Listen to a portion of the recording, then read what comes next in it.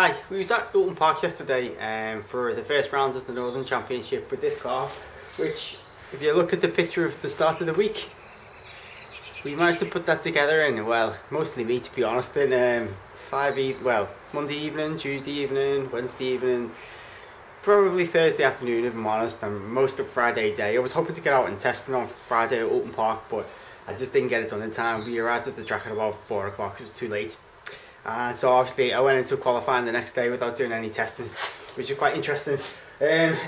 Unfortunately the problem that delayed me so long putting the car back together reoccurred in qualifying, but I didn't really notice it was the clutch. One of the clutch pipes leaked. Here's a little video of how we fixed it. Morning Michael, what's the problem? Well, it's another race where the car's going to go pulled apart completely just to get it out for the next session. This time we've got a problem with the pipes inside the clutch, the gearbox belt housing, which is stopping it, which has leaked all the fluid out of the clutch. So we've got to take the gearbox off for the third time so far this week, so we can get at that pipe and change it then. Also the car doesn't handle very well. This is the pipe that's kinked. You can't really see it very well, but twisting, connecting the pipe on top of it, you can see it twists the pipe around and it got damaged when we was putting the car back together. It looks like we're going to have to take the bell housing off the gearbox as well to get the clutch release bearing. Don't buy a Mondial. Although I've got one for sale, buy a Mondial.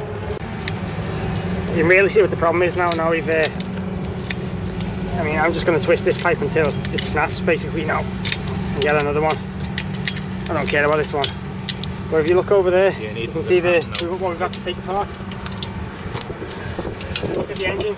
There's the back of the engine.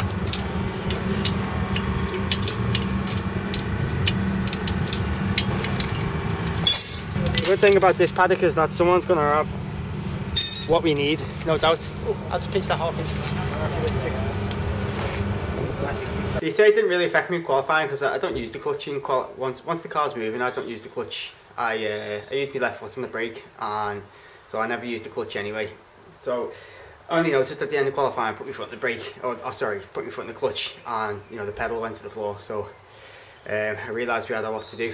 But quite luckily, John and Elaine LaBelle, they really helped out there, and they pretty much sorted it out for me. Obviously we did all the work, but that was really good. I'm really pleased we went just for that, actually.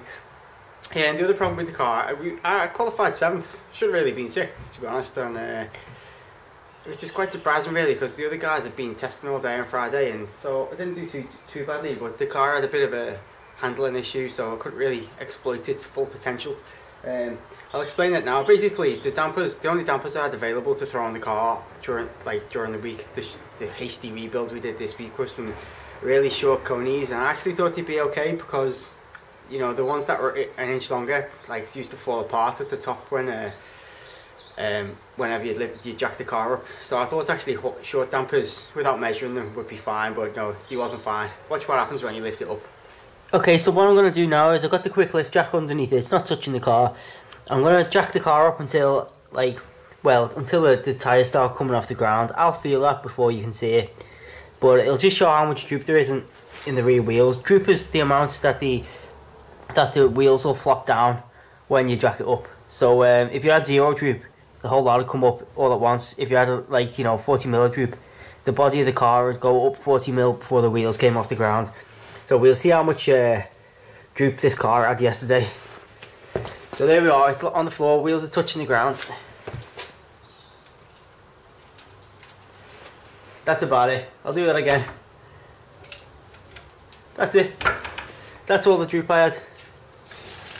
And now I can't lift it up because the weight is on the jack. I'll prove that now by lifting it right in the air, but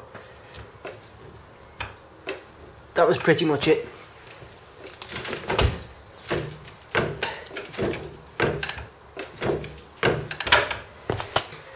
Anyway, the problem that causes the driver is on the exit to the corner. I noticed that it'd be ages before you could put your foot down on the throttle. You'd be waiting and waiting and waiting, and it's basically only when the steering was straight you could floor it.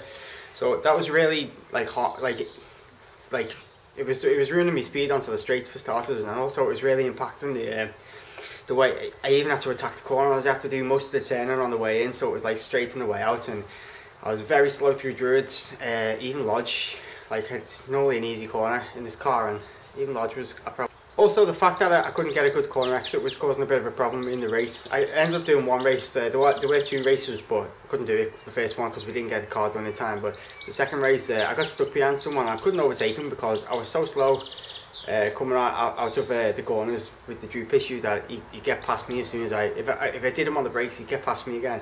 And also, I was really slow through Druids because I didn't know what the car was going to do. I was really slow through the exits. Again, I was doing all the turning on the way in, and then just straightening up on the way out, so I was dead slow through there. But I think it's a shame really, because I think this car was really fast yesterday. If it wasn't for that, so I think we could have really set some good times. But anyway, we've got Donington to look forward to, and I should have that issue sorted by then.